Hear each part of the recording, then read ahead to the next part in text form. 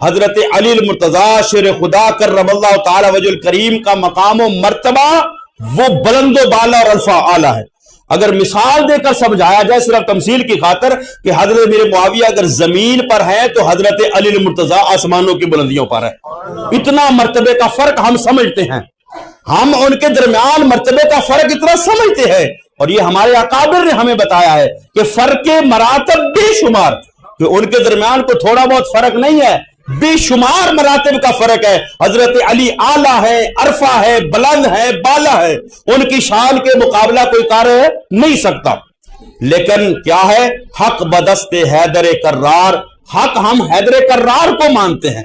ان کے ساتھ مانتے ہیں, لیکن معاویہ بھی ہمارے سردار کیونکہ صحابی رسول ہیں, کان ان پر کار فجار, ان کے بارے میں زبان کھولنا بندے کے پتروں کا کام نہیں ہے. ان کا ادب کرنا, ان کا احترام کرنا صحابی رسول ہونے کی حیثیت سے. اور پھر حضرت علی المرتضی شیر خدا کرم اللہ تعالی وجہ الکریم کے ساتھ محبت ہمیں زیادہ ہے یا مولا کائنات کے بیٹے حضرت امام حسن مجتبی کو محبت زیادہ ہے؟ ہمیں زیادہ حضرت علی کے ساتھ محبت ہے یا مولا کائنات کے شہزادے حضرت امام حسن مجتبی کو محبت ہے؟ تو عام بندہ بھی کہے گا بھئی ہم تو اتنے دور, اتنا عرصہ, اتنی دوری ہے ہمارے درمیان, ہمیں محبت ہے. ہمارا ایمان اس وقت تکامل نہیں ہوتا جب تک مولا کائنات کے ساتھ محبت نہ کرے. وہ بندہ مومن نہیں ہو سکتا جو مولا کائنات کے ساتھ محبت نہ کرے. لیکن ہماری محبت کا تقاضا اور ہے, اور حضرت امام حسن مجتبی کی محبت کا تقاضا کوئی اور ہے. تو جب حضرت امام حسن مجتبی نے مصطفیٰ کریم صلی اللہ تعالی علیہ وسلم کے فرمان کو پورا کرتے ہوئے آقا نے فرمایا یہ میرے بیٹا سردار ہے, مسلمانوں کی دو جماعتیں آپس میں جھگڑیں گی, یہ میرا بیٹا ان کے درمیان صلح کروا دے گا. تو جب حضرت امام حسن مجتبی نے حضرت میرے معاویہ سے صلح کر لی, تو جب تک حضرت میرے معاویہ حضرت مولا کائنات کے ساتھ ترازیہ تھا, ہم مولا علی کے ساتھ ہیں, ہم مولا علی کے ساتھ ہیں. لیکن جب حضرت امام حسن مجتبی نے صلح کر کے خلافت حکومت ان کے سپرد کر دی, اب جب امام حسن نے صلح کر لی, ہماری زبانیں بند ہو جانی چاہیے. ہم ان کا ادب کریں, ان کا احترام کریں, ان کے فضائل و محاسن کو بیان کریں. لیکن جو معاملات ہوئے, اہل سنت و جماعت کا یہ طریقہ, عقیدہ اور نظریہ یہ ہے کہ ان کے بارے میں اپنی زبانوں کو روکا جائے اور ان کا معاملہ جو ہے وہ اللہ پر چھوڑ دیا جائے. وہ دونوں اللہ کی بارگاہ کے اندر حاضر ہیں اور وہ دونوں صحابی رسول ہیں. ایک تو مولا کائنات وہ صحابی بھی ہے, مصطفیٰ کی آل بھی ہیں. تو اللہ رب العالمین حق بالحاکمین ان کے معاملات کو بہتر جانتا ہے. اور اللہ نے فرمایا وَكُلًّا وَعَدَ اللَّهُ الْحُسْنَى, ان سب کے ساتھ اللہ نے بھلائی کا, نیکی کا جو ہے وہ جنت کا وعدہ فرما لیا ہے. تو اللہ رب العالمین حق بالحاکمین ہمیں سب کا ادب و احترام کرنے کی توفیق نصیب فرمائے. تو